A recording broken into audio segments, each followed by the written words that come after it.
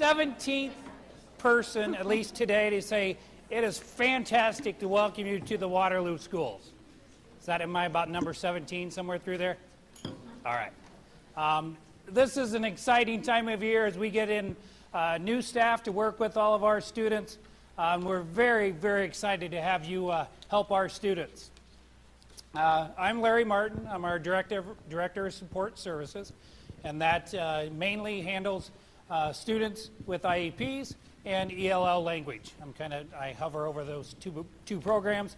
I also have Stephanie Blake Gomez, who's one of our instructional coaches for special education, and Kelly Wesley. And she's one of my instructional coaches. As you'll find out going throughout as the year begins, there's going to be lots of people to help you as you start your process with our kids.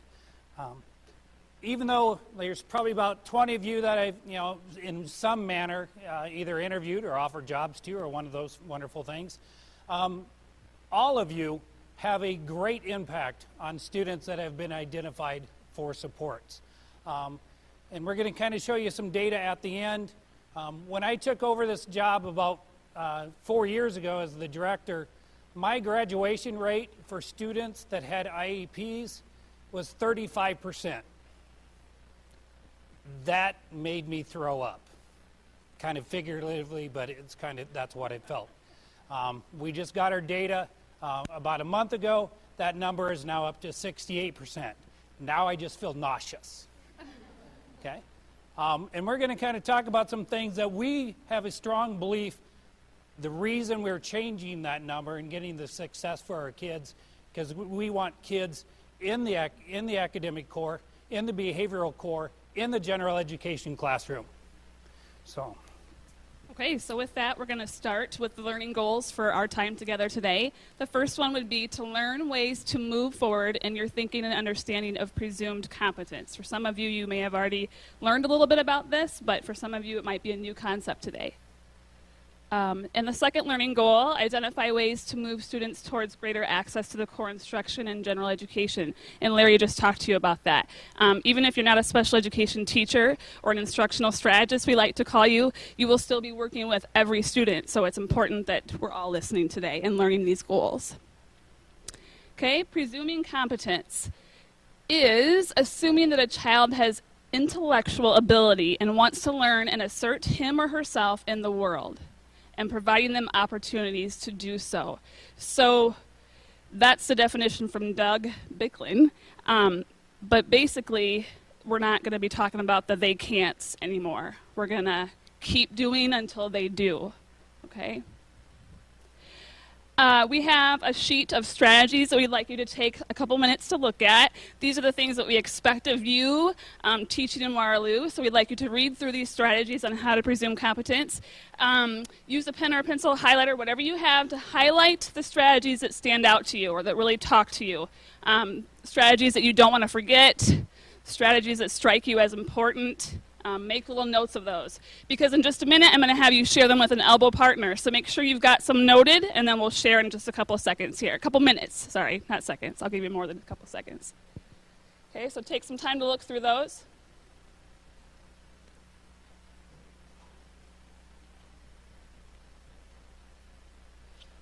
If you want to be real creative, you can put a lightning bolt for strikes you as important, exclamation point for don't forget that. However you want to note. There's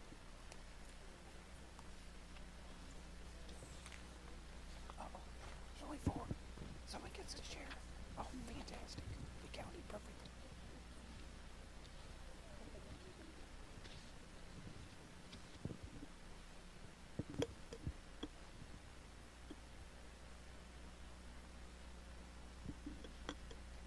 This is something that you might want to laminate and post so everyone in your classroom remembers these.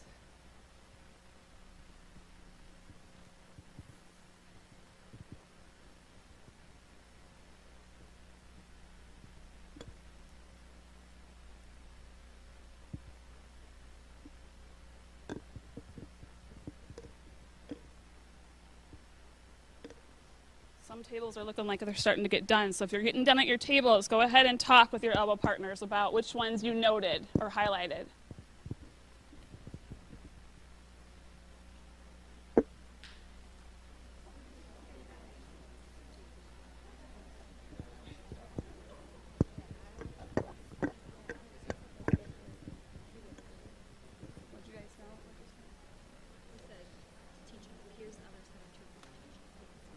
Yeah, that's a big one. Explain maybe why they're behaving that way. Yeah.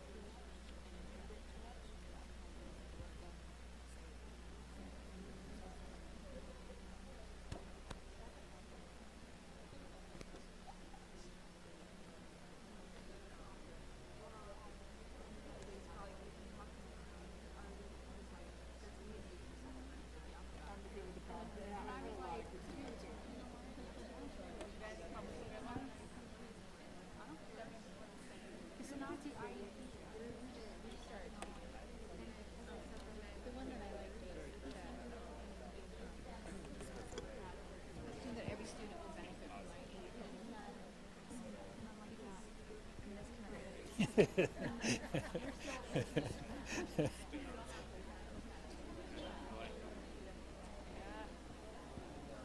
see a little bit of that in the video here in a minute too. Hopefully if the sound operates.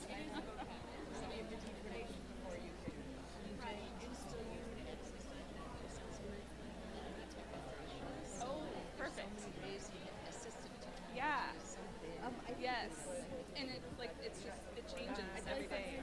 It's hard to keep up with. Yeah. That's huge. Sometimes a simple accommodation helps tremendously too, you know. Yeah.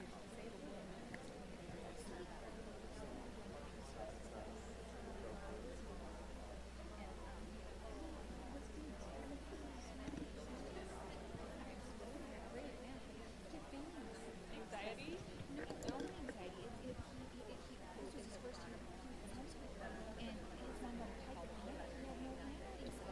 And so once I figured out what I thought was going on, we didn't have Kara, and as he set up, she was down. Like 99 out of 100%. But it was a handwriting thing, and like they had permission to and if it, he had perfect handwriting. He had some great time for the first couple 3 months of school, and then gradually released that responsibility. Absolutely. And by the end of the year, he was writing. I mean, he wrote a 4-page biography. And beautiful, and it was like totally and ownership. And you do. That's what I said. About 1 minute. 1 minute enough? Finish up about 1 minute. I'm not always going to be here to say. Keep talking, you got a minute. You're going to say, I need this right when Especially as they transfer to college, where it becomes Right. their It's on it's them. their job to advocate. Maybe if we Yeah.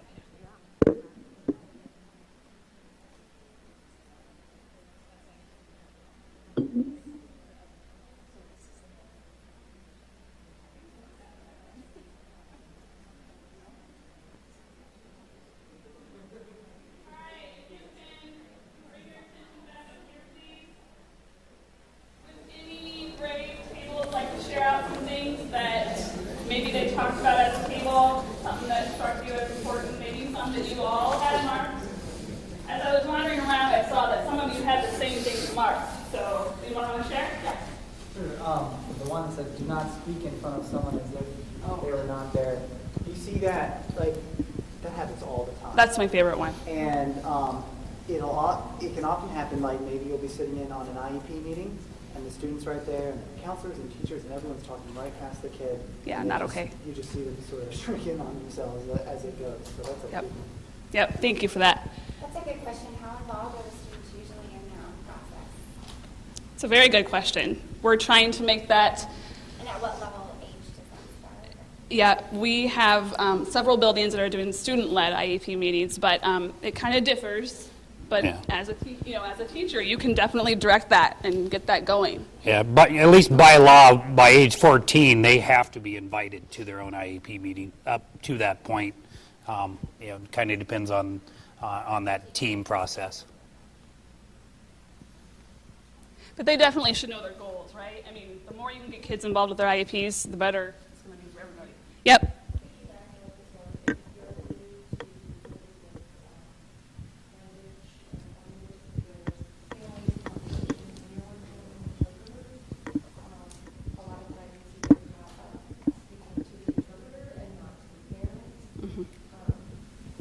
Make sure that you are looking at the parent, even though they don't understand what you're saying, that nonverbal communication is almost more important than words. And so that's a big one for don't speak in front of them as if they're not there. Don't talk to the interpreter, talk to the parent and let the interpreter, but it's really hard to do because you want to speak to the person who's trying to talk back to you.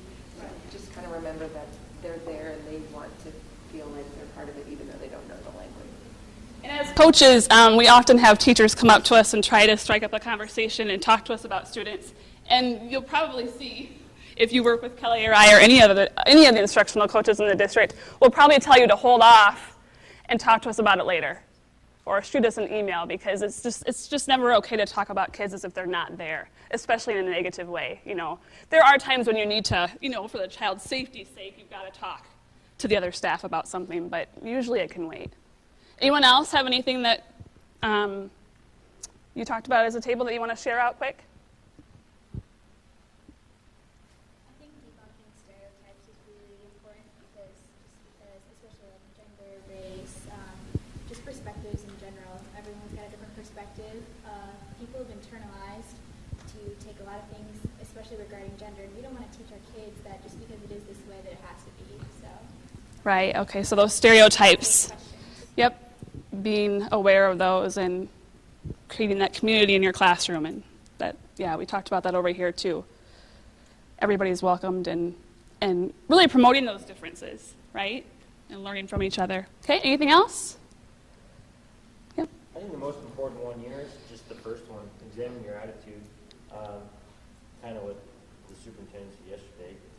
If we go in with a positive attitude, we're more likely to do these things versus you go in with a negative approach. You're like, well, that's not going to work, and that person can't succeed because you've already started to put on, So to me, I think the first one is just having a positive approach to it, and you're more apt to try different strategies. Yeah, yeah. And a lot of you are probably looking at this list thinking, oh my gosh, really? You don't think we don't know these things? But I'm going to tell you, I still walk into classrooms daily in here, but they can't do that. We're talking about kids and they can't do things and before you've even tried to see what they can do and how we can get them there. Okay, so. At a lot of buildings, and it's not really exclusive for students that have IEPs. This is for all your kids. I mean, you're going to presume competence in every kid that walks through your door. So these strategies aren't exclusively for students with disabilities. It's for any kid that walks through your classroom door. Right. Yep. Okay, thank you for that.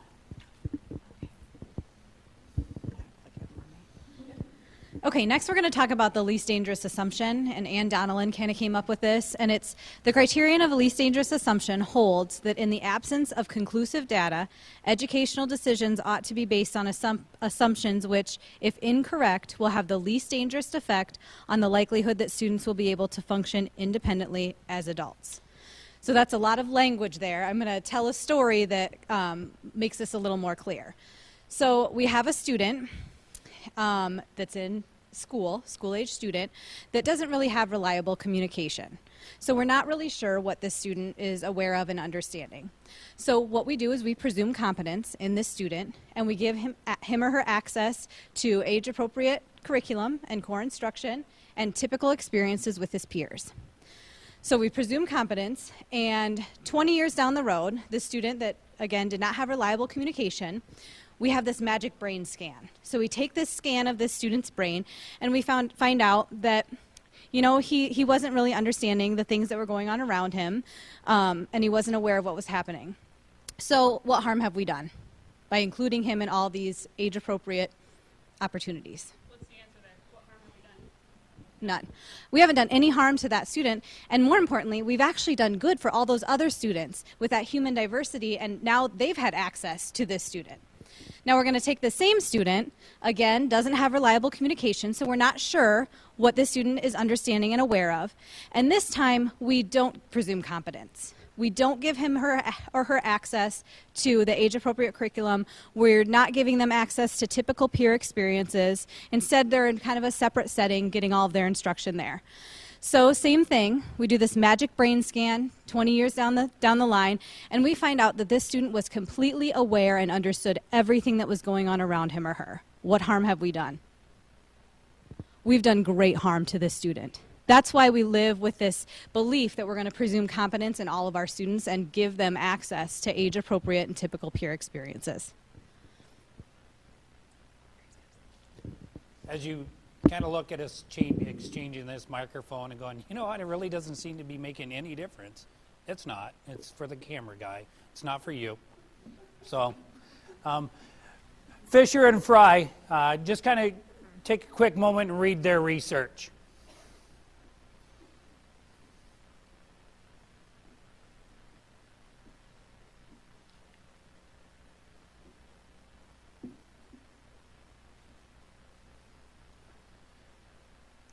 Okay, and their research talks about, you know, that rate of growth. Obviously, students that have been identified, we already know there's a gap as they come in. Research has shown, oftentimes when we, you know, and typically it kind of happens at the elementary level, and it kind of works its way through the system. Elementary teachers, in their heart, really believe that if you take them out and you put them in this nice small group and you work with them there, they're gonna become blossoms of the world. And that's where I ended up with 35% graduation rate. We were not accelerating any, you know, rate of growth. We were stagnating it. So the research shows, like I said, kind of coming back to the no harm, the rate of growth is at least equal to, and in most cases, it's greater when they're in the general education setting. Okay, go ahead and read this from Zoll.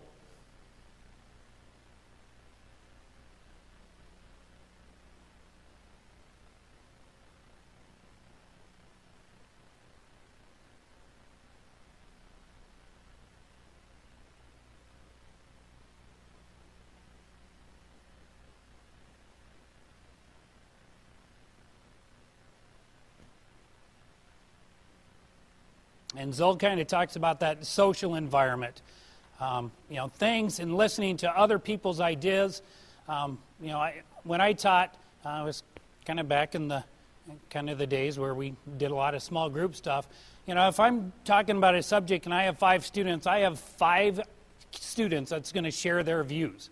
If you take them, put them in a group of 30 students, they've got 30 views. I kind of talk about it. It's very similar to, you know, I go to, you know, I'm an Iowa State graduate. I know I at least see one Iowa State here. I don't know if there's more of us out there. They're hard to find in the Waterloo area, but we're okay. I mean, I go to football games, I go to basketball games, I go to NFL games. You know what? I'm not a skilled athlete at that level. I don't go there because I'm looking at that, you know, those people doing those things and going, yep, I can do that. I'm there because I enjoy it. I enjoy watching them excel. Same thing for our students. They can be in the gen ed classroom. Yes, there's going to be different levels of proficiency, and you'll find out for those that are just entering the teaching, they didn't quite prepare you for everything yet. So that's why we got these wonderful mentors and all these instructional coaches to help you kind of catch your breath when you go, holy smokes, I paid a lot of money. Okay. So the social environment is huge in getting kids to feel accepted in their classrooms. And Zoll, if you haven't ever, you know, that's a name that's new to you. Zoll has many books on brain research and inclusion, so it's a name to Okay, go ahead and read about Denton, Vaughn, and Fletcher.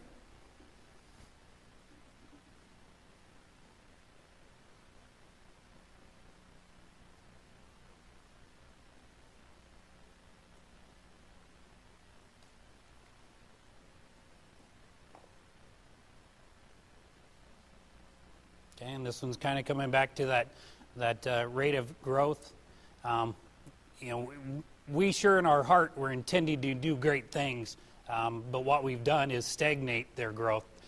You cannot go at the same pace and ever, decrease a gap. Our students must have very unique, fantastic strategies so we can accelerate and close the gap. Okay, so the conditions necessary to promote accelerated growth, we talked about this a little bit earlier, I'm sure, with the MTSS, but condition one, a high-quality core program. So if you are a special education teacher, then your job, obviously, is to really communicate with that general education teacher and make sure that your student has access to what all the other students have access to. Okay, it takes a lot of communication and working with everyone involved with students that have IEPs. Because if they haven't had a fair shake at the core, then guess what? Intervention is not going to work. Okay, and that's usually what's missing. Kelly and I go out and we're like, whoa, well, they haven't had a fair shake at the reading yet. Or what's going on in the classroom before we're trying to give them an intervention that I'm sure you've learned about earlier. Condition two that's necessary is access to expert teachers. Okay, all the research says you are what makes a difference, nothing else. Not home, not poverty, nothing. It's you. Okay? And don't take that too personally. Don't beat yourselves up about it. But it's you. Condition three, individualized instruction, as you learned earlier. Okay? So if we still haven't got everything, if we're still not accelerating, then we've got to come up with something specific for that child. The intervention is something that you teach that's different from what everyone else is getting. And big word, teach. Not just give them a tool or an accommodation, it's teach. Okay? All right, access to core instruction, we've already talked about this a little bit, but this diagram kind of talks about how you can layer instruction. Okay, so just because you're giving a child an intervention, like I said earlier, it doesn't mean that they're not going to have the access to the core. They still have to have all that. So again, like Larry talked about, you got to get real creative. All right, maybe it's on the way down to the bathroom, you have this child working on a strategy with you. You do have to be creative to find the time sometimes. Okay, so that's kind of what that diagram shows. And you'll learn more about that as the year progresses. We're hoping this will work now. We didn't have a lot of time to get the DVD going, but we have a real nice video on inclusionary practices. Paula Cluth is an author that writes about inclusion. We've done this in a lot of our buildings. So most of the staff that you work with have probably seen this, or that you will be working with. Let me just hope the sound works. As you're watching, she's going to talk about I forgot my microphone, I apologize. She's going to be talking about 4 habits of mind that are necessary for inclusion to work in your buildings. Okay, so we'd like you to take note of the 4 habits chapters. And then inclusive, yeah. I'm pretty sure. Uh-oh. So I think maybe if we take, do you have the green one in? Try that, I don't know.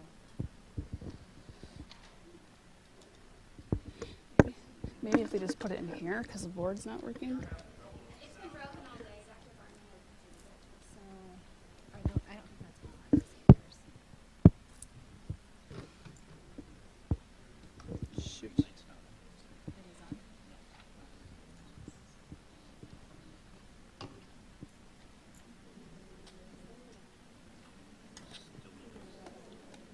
All right, where's our tech integrationist? I know you've tried to. About this little boy's abilities and gifts and strengths, and I was blown away, and I thought, See, just me walking up there. Again, there's 4 habits of mind we want you to listen for.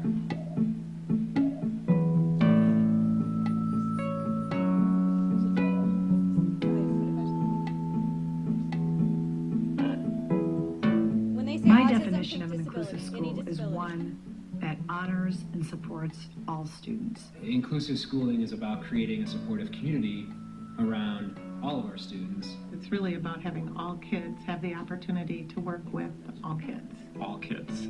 I don't care if it's disability, race, ethnicity, sexuality, ability. It's truly about all learners. Our job isn't to figure out if a student should be participating. Our job is to figure out how they should participate. When we're including students, we are thinking about how do we make our schools responsive to every learner that walks in the door? How do we really appreciate, identify, and honor the individuality and the uniqueness that our learners bring? And how do we provide an appropriately challenging education to all? And that's all new. That's different, and that's because we're trying to align everything that we're doing to the vision that is out there about truly being an integrated, socially just school for all kids. All kids have a right to be in those classrooms, to be given opportunities to show who they are and what their strengths are, and to build on those as human beings. We all deserve that chance.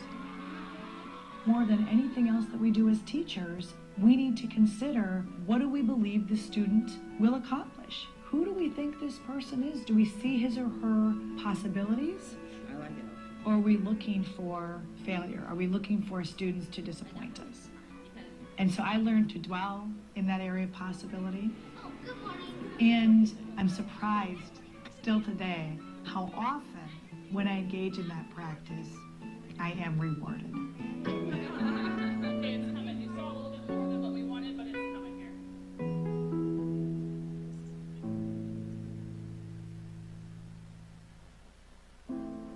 I was a very inexperienced teacher.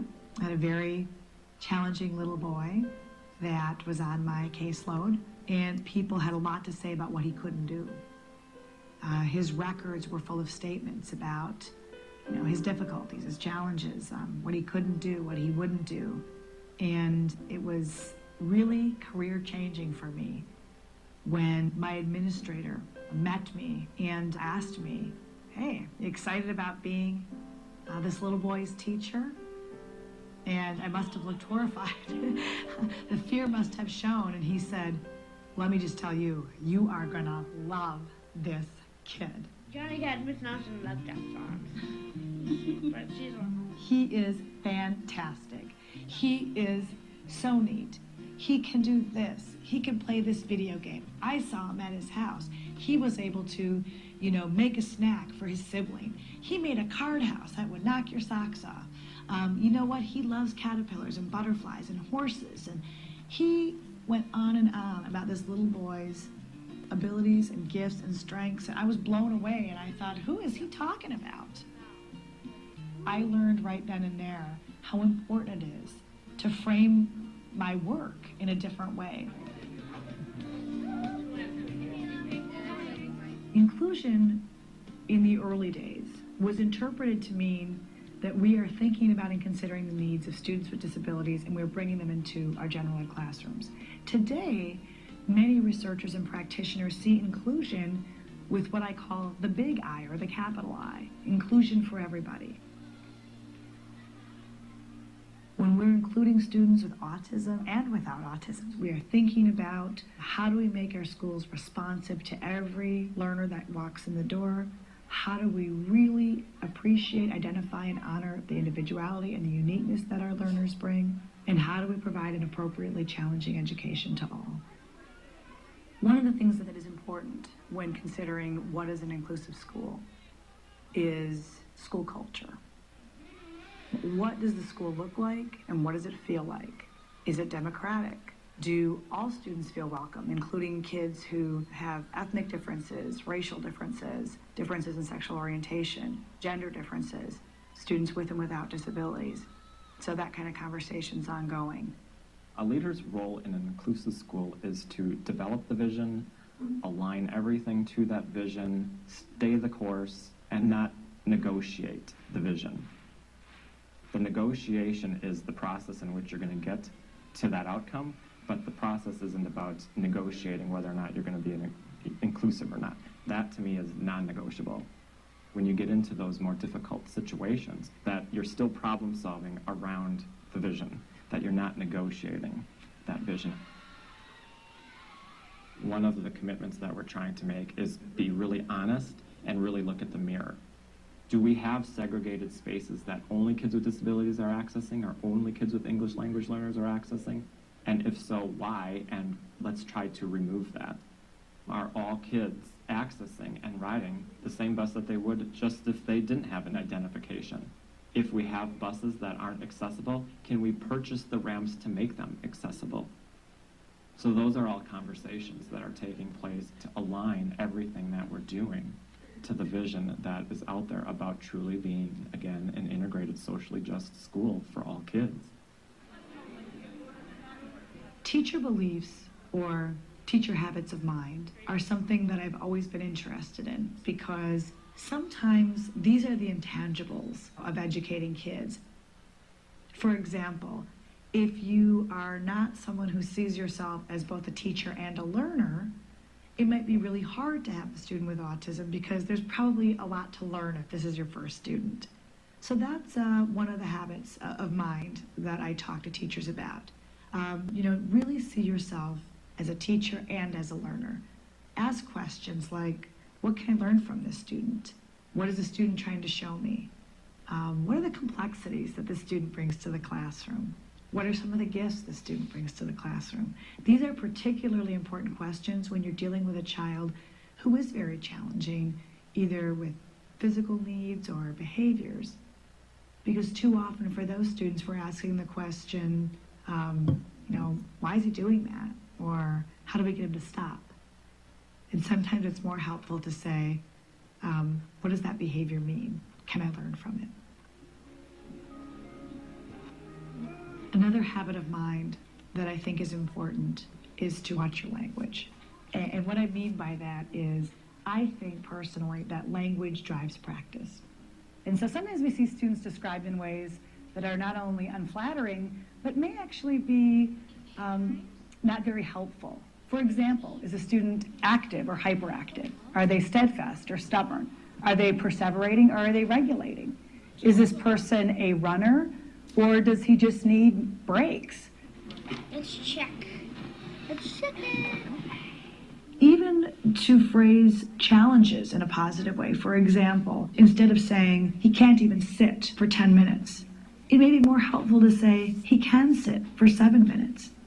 And it's not to say that you don't talk about challenges, but we always want to be thinking about, how am I thinking about this particular learner? Am I looking for the complexity in a child, or am I making assumptions that will not be helpful? 60. What are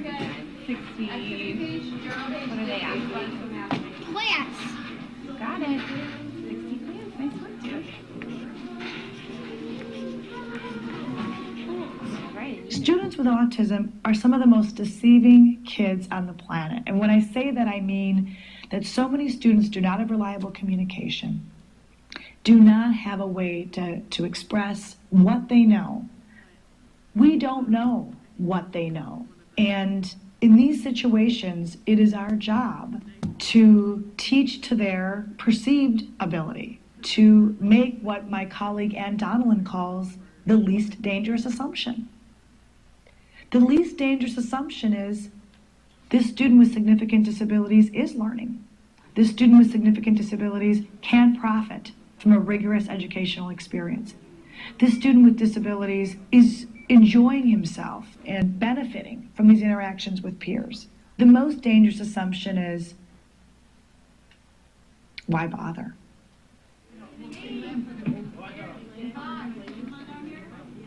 Oftentimes we're asking the question, what do students without disabilities learn in an inclusive school? What do they get out of it? And it's the wrong question. What do all students get out of diversity in their schooling environment? I learned that Nick can remember everybody's birthday, and I was like, wow, I can't even do that. He'll be like reminding you when it's your birthday. He's like, isn't your birthday like this day and so? And I didn't know because he could type without looking, and I got pretty impressed. Because I cannot type without looking at Yeah. the keyboard.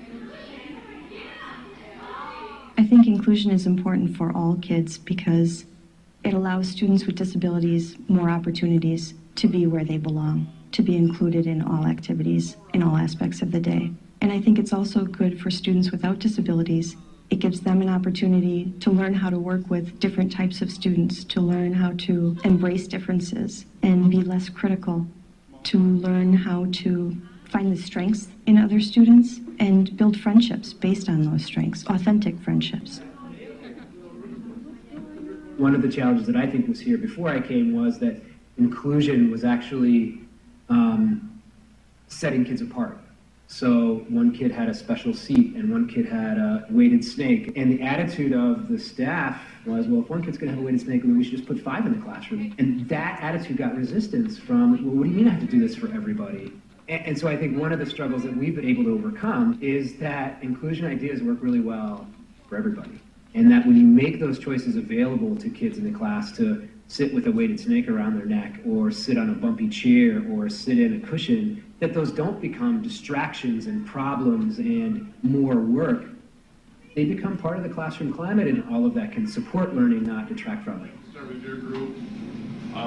Why did you choose to make Barney for your group?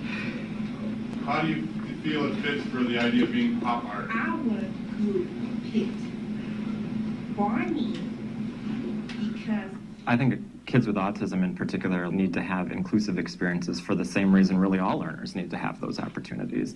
It's so that they too have the opportunity to be able to interact with people that they're going to be interacting with through the rest of their lives. And I believe that the schools have a central role and function to make sure that kids are having those opportunities, because if not here, when? And if not by us, by who?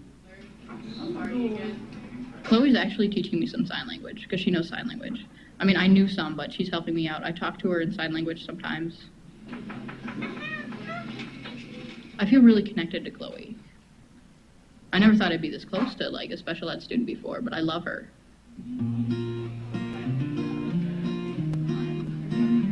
One piece that I think is so important when thinking about inclusion is that this is a process. And I think sometimes where we get into trouble around inclusive ed is that we think that it's going to be instant. Most of the kids that I have supported in my career, quite frankly, the first week of school hasn't always looked great. Sometimes the first month of school is a struggle. We know that for kids with needs that are pretty significant, that it is going to be a question of over, under, around, or through. Find a way or make a way. We have to use a lot of different strategies. And a strategy that works for one student with autism may not work for another student with autism. So it's a lot of creativity and problem solving. Oftentimes, teachers find, however, that when they make a change for a student with autism, it profits lots of other kids. Again, when she was talking about autism, we were talking about kids with different, any child with a differing ability. And that's what your instructional coaches are around for. So be sure to seek them out in your buildings. They're there to help you be creative and coming up with things that will work for students. So let's just shout these out. What were the 4 habits of mind? What was the first one she talked about? Okay, yep, being a teacher and a learner. So with that, I'm going to show you the book that this video is based off of. You're Going to Love This Kid by Paula Kluth. And again, she writes a lot about inclusion. You maybe have even heard of her before. If you're interested, this book is on Amazon. Pretty cheap, $30, I think, if I remember right. But what I like about this book, it's not just the why you should do it, it's the how. There's lots of really good strategies in here for you in the classroom. Okay, what was the second habit? Language, and how powerful that is, even just switching a couple words. Okay, you haven't, I can't do that, or I don't know how to do that. If the teacher just adds the word yet, you don't know how to do that yet. Think about how much that's changed, how that changes the classroom environment and what that child thinks they can do. So just sometimes switching a couple words makes a big difference. What's the third one? Yep, presuming competence. You're all experts on that. We've talked about that. And the fourth one? Seek benefits for all. And again, I said that a little bit before the video. I don't know if you all heard me. You're not all going to have administrators like this in the video. that are advocating for kids. I wish you did, and you will soon, but you can change them if they're not thinking this way. Okay, you have to be the advocate for your students sometimes, and really kind of change the people's beliefs at the table with you, because not everyone's going to be like this. It's your job to show them how. Okay? All right, thank you. Good, got that done. As we talked about the least restrictive environment, it's our job as educators to advocate to make sure the students are in the general education to the most extent that they're going to continue to be successful. And like I said, I'm going to show a little bit of data. About 4 years ago, we had been stagnant. The state has a panel, it's called the Special Education Advisory Panel, and they kind of set some goals for the entire state of Iowa. And their goal is to have 80% of students in the general education environment 80% of the time. And 4 years ago, Waterloo was at 35% of our students in the general education 80% of the time. And we had been at 35% for 4 or 5 years. So we had people coming to the tables as we were talking about how are we going to meet needs of kids. And we as the advocates were proposing that they would be pulled out of their reading and pulled out of their math and pulled out of their science and pulled out of their social studies to a greater degree than any other school our size in the state of Iowa, and we were nowhere near what the panel was advocating for. The panel's over 50% parents, so definitely parents want their children to be in the general ed environment, but they're also scared because they want to protect their children. So we have to continue to help advocate and make sure we're continuing to provide the teachers supports to get those, so we can have the skills to provide that successful environment. Here's kind of our last, and we track our own data because the state's always like a year behind. But this kind of shows, 4 years ago, we were, hovering around that 38%. Now as a district, we're at 55%. Each year we've been going up, 4 to 5%, because we are having lots of conversations with our teachers, we're having lots of conversations with our administrators and our AEA staff.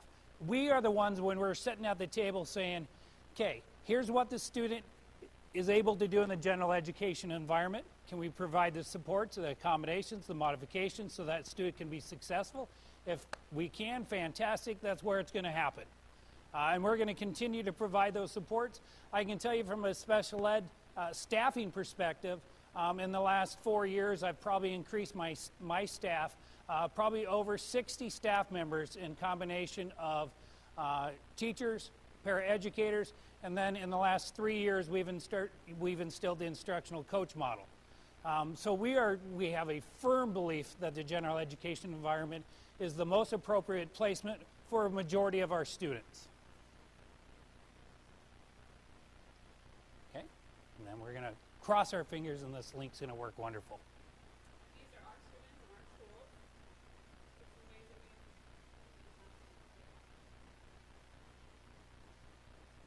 These are students that in the past may have been in a room by themselves.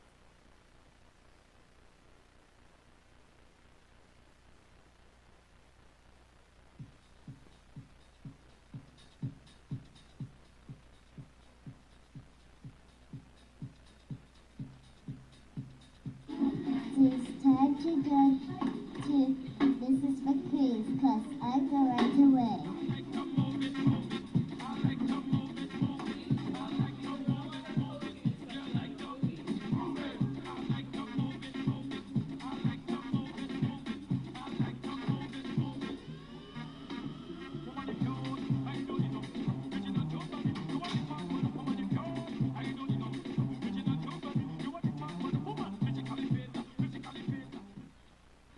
Well, we've been trying to get special education students included into Gen Ed more often. And so the question I've been asking the teachers is how can we push them in? How can we push them in? What can they be pushed in for?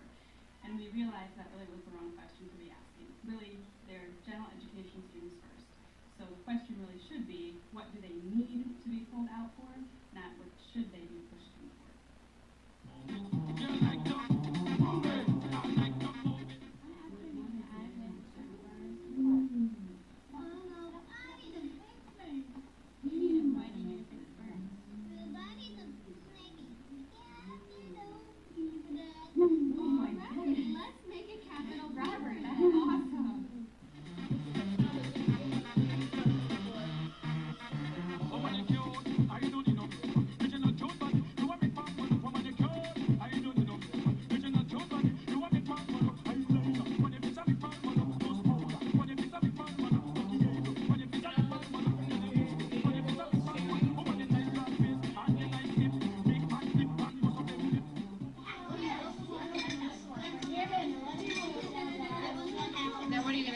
right.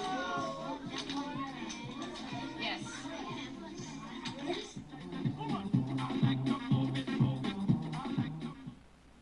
So now at Lowell, we've made a change to really looking at what the student needs and moving to make sure they're really in the least restrictive environment for that student. So one of the things that we started off with was that they would always be in a homeroom that was a general ed classroom. And then This we building went was at from there, 27% moving when we towards started tracking the data. more time in the general education Now they're over classroom 70%. and providing pull-out services or co-teaching services as appropriate. And I think it's been a balance between when I think of 4 years ago when we really wanted special needs teachers to be part of our grade level data team. We were pushing really hard for that, but yet there was still a missing piece because even though we want those kids to have access to the core curriculum at the grade level, there were still some different needs, which then helped us develop the special needs department meeting because there were some needs that were different for those teachers than just on the regular ed data team. And there needed to be a time where, especially with the extra resources of special needs instructional coach, the para coach, we needed to have a venue for where special needs teachers were also learning from each other and having a chance to have dialogue about what it looked like. Because we realized, I think, quickly when we were changing the model that we needed help with how that was going to look for both students and teachers. And I will be the first to admit that I was a little nervous moving from the more restrictive environment because I like to have control over the classroom and know exactly what I was going to teach. And it was a little scary for me when Amber came in and said, okay, we really need to look at these students and is this appropriate for them? But I found that it is so appropriate and it is the best thing that has happened for many of these students.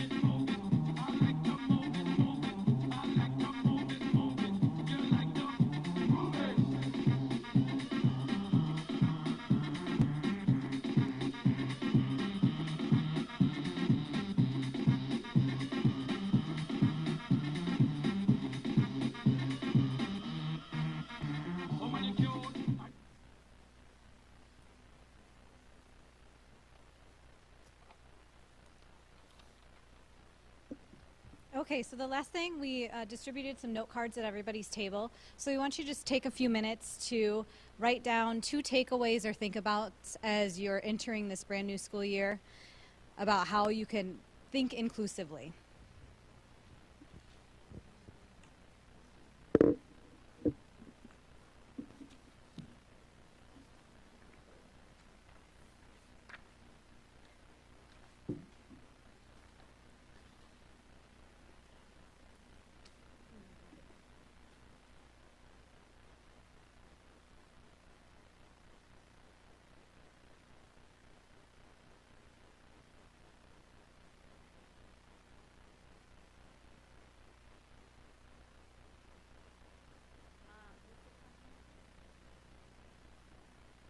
You get to keep your cards.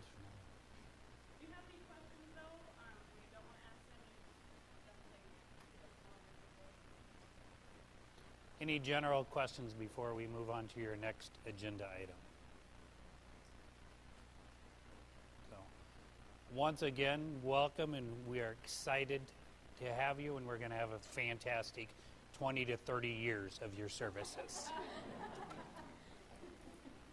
Especially my special ed staff, just stay for, nice 20, 25 years would be fantastic.